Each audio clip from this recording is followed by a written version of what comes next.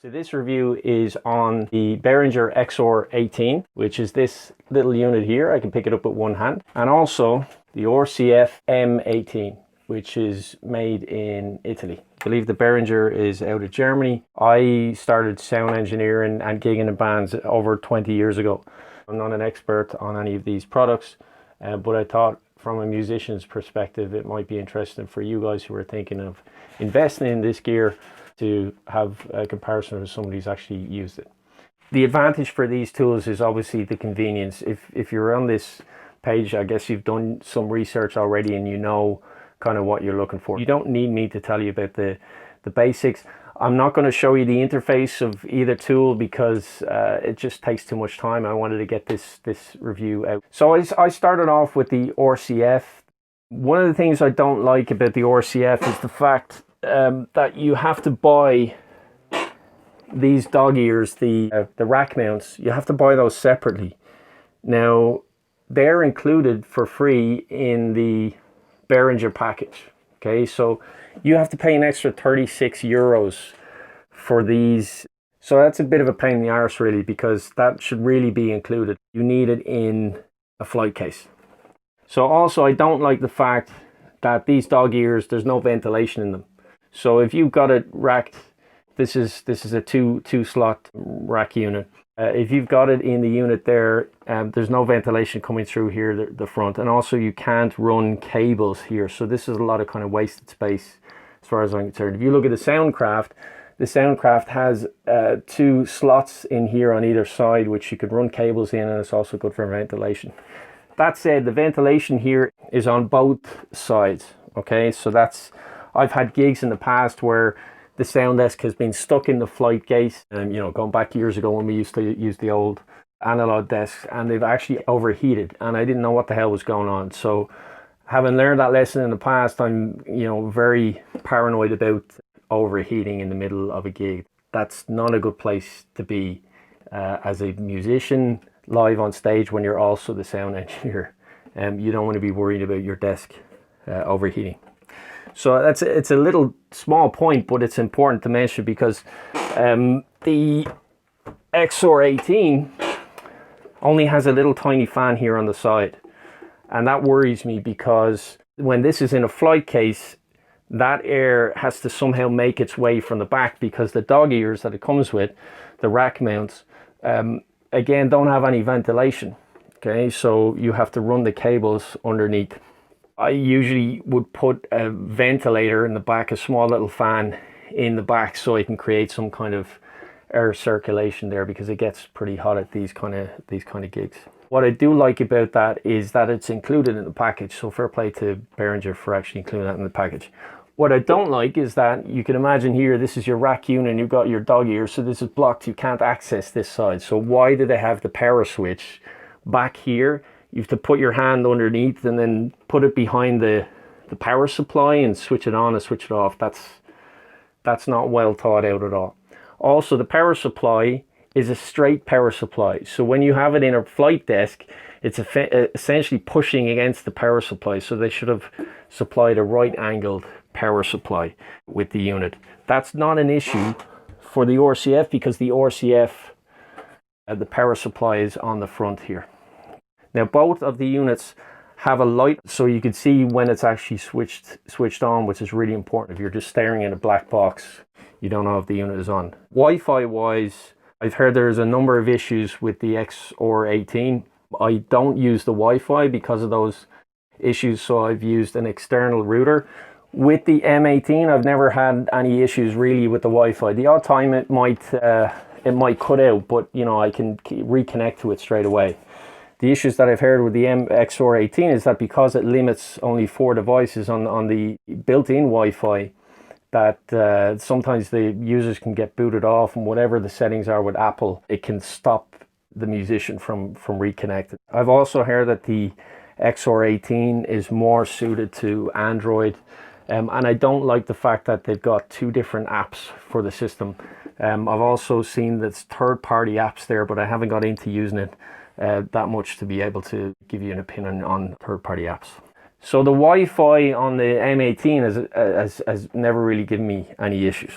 One of the main advantages here to the M18 is that it has USB in and out for recording and playback. Now, if you're playing in a function band or a wedding band, and you're also managing the client as well, and you're also interacting with, say if it's a wedding, you're also interacting with the wedding planner, then you're running around like a blue arse fly all day. Okay, so you don't want to have to connect a computer to play music, or you don't want to have to connect another 2 cables and use another 2 channels to play back something as simple as music. Not in 2020. Okay, so the M18 is really convenient, and this is really important from my perspective as somebody who's playing guitar. I'm tuning my guitar, I have to set up the other musicians' gear as well, tech-wise. So, you know, I have to be responsible at the end of the day for the sound. So I don't want to have to connect an MP3 player separately to a unit. So this is the main advantage for me for the M18. Apart from the sound quality is really good, it's a really well built unit. The fact that it has USB playback and record from one USB, that's really important, and that's a deal breaker for me, as I've kind of learned. On the XR12, I believe, and the XR16, it has a USB key here for playback and record to two track stereo. And for some reason Behringer have created a unit that has a USB out, but it has to be a USB to a computer, not a USB to a hard disk or a USB to a thumb drive, a stick. It has to be USB to a computer. So that's another thing that I need to manage during the evening, and that's just not practical for me as a musician. The beauty of the XR18, main advantage of it, is that it can record multi-track. I'm not going to record all my shows multi-track, so that's a handy, you know, it's a handy differentiator, and it's handy to be able to do. That's kind of more leaning into studio side though as well. So yes, it is an advantage, but really for me, I'm talking about practicality, and the practicality of actually running a show and running a wedding or an event as a session band or conference band. Multi-track recording is not a convenience for me. The advantage with the multi-track recording is that you can do a quick sound check with the band, and then you can go in and fine-tune afterward with a set of headphones, so you're not disturbing the guests. So these companies are going to come out with these excellent products. Don't skimp and save on something as practical and as useful as a 2-track USB thumb drive. Now, the added advantage of the M18 is, I believe in one of the firmware updates, the USB playback is now 4-track. So you could have maybe a stereo backing track with on the third could be your click track, which is nice. So I bought both the M18 and the XR18 here from Behringer and the M18 from RCF. So which of these did I decide to keep? Well, I've used the M18 for a couple of years. It's a great tool. It's really reliable. The problem is that it only has a limited amount of XLRs. It's only got about 8 there. Okay, so the rest are TRS cables. Okay, the practicality of the XR18 is that it has 16 XLRs, and they're also dual inputs as well, so they can be XLR or TRS. For me, the convenience of the M18 really wins the day. The fact that I can plug a USB and also be able to play back sound and record a 2-track stereo out, that's handy. I can give it to the client as a souvenir, or I can create a video for the client as well and put on the 2-track stereo. It would be nice to have the multi-track on the M18. If it had the multi-track on the M18, it would be a really top class tool. So this, in Europe at least, now costs about 385 euros new. I'm not sure what it costs in the States. It would be slightly less. The XR18 until very recently was selling at 670 euros. This one I got for 385 as well. So it's the same price new now as the RCF. And that's 389 actually, so it's a pretty good deal. The interface, I found, I don't like the XR18, the fact that the interfaces are different. that's just not convenient and it's not well thought out.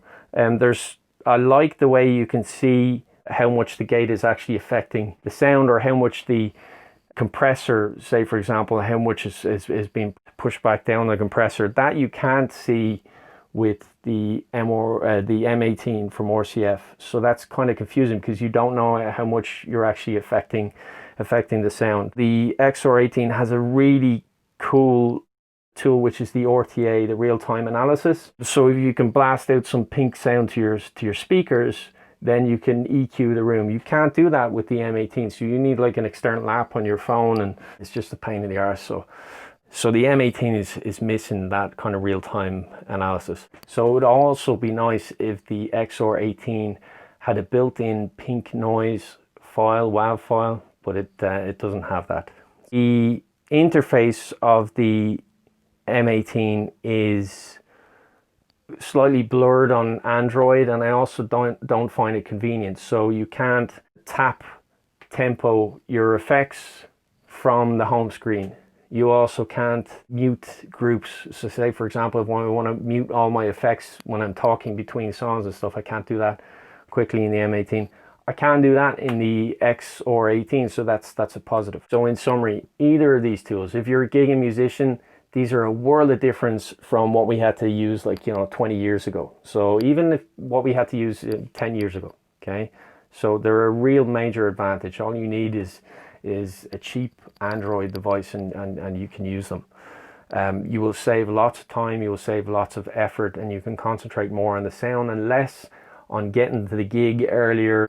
But for where we need to be, the Behringer is probably a 7-8 year old design, at least when they started it in the design studio. I think it was launched about 6 years ago. It's 2020 now. So for me, the Behringer kind of lacks a bit of practicality. The system that I chose for my specific requirements, yours might be different, but my specific requirements based on function band and running the band, and also having to sound check the band and run the sound as well for the band. My specific requirements require a tool like this, a unit like this, which is the UI24 from Soundcraft, which I am totally fired up about getting. This is like when I got a BMX back in 1986. It's that good. The only thing is it cost me over 700 euros, almost cost twice as much as the other two systems. They're selling about 385 or 389 each. For what it does, I mean, it just does so much. You've got the USB stick recording, which records in 2-track and also in multi-track. So, you know, as I mentioned before, it's perfect for virtual sound checking. It's got a great feature, which is the HDMI out, so you can hook it into a touch screen on the side. You've got an extra additional 2 USB inputs there, so you can hook that up to a keyboard and say a mouse and control it. So you don't need wireless, you don't need a big Ethernet cable, any kind of networking at all. It's just direct into the unit, and it's really well thought out. There's lots of little grooves here for ventilation. You've got amp modeling, which the RCF in fairness had as well, but the amp modeling, the RCF, I just didn't think there was enough control over it. But it's great to have if your amp doesn't work, as happened to me once before, many years ago, before the gig it didn't work. But this unit really has it all. You could even use the headphone out. You've got 2 separate headphones out, so you've got, 8 auxiliary outputs, but you could use the headphone out if your drummer is sitting beside the box here. So you could actually patch all of the drummer's mix for his monitor mix to the headphone output, and I believe you can patch those as additional auxiliary outputs of 9 and 10, which is really great. So if he's drumming beside the box, then you know you don't need to waste one of your XLR outputs, and it's also probably handier for him. He can just plug straight into the unit and then he can control his mix. Also, I like the fact that it's browser friendly, so it's not app based, so therefore you can scale it, make it bigger, but you can also open separate different windows. So you could have even a multi-screen if you want to get really fancy. You could have multi-screen, or you could have multi-tabs as well, which is handy. So the ability to hook in direct through a browser is really handy as well. So it looks pretty simple. I like the fact that you've got all of these XLR inputs.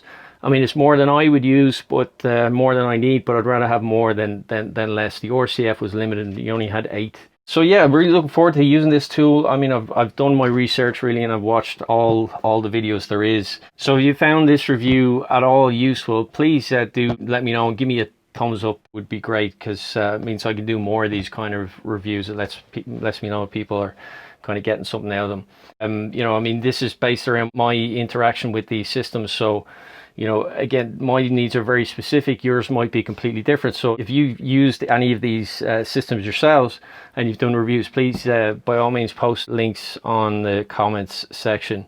Or if specifically you've used the UI24 and you've got any tips or hints, please let me know. That'd be great. I hope you found this useful. Thanks for watching, and all the best, and tune in next time for hopefully pretty soon I'll have a review of the kind of things I would do with this UI24.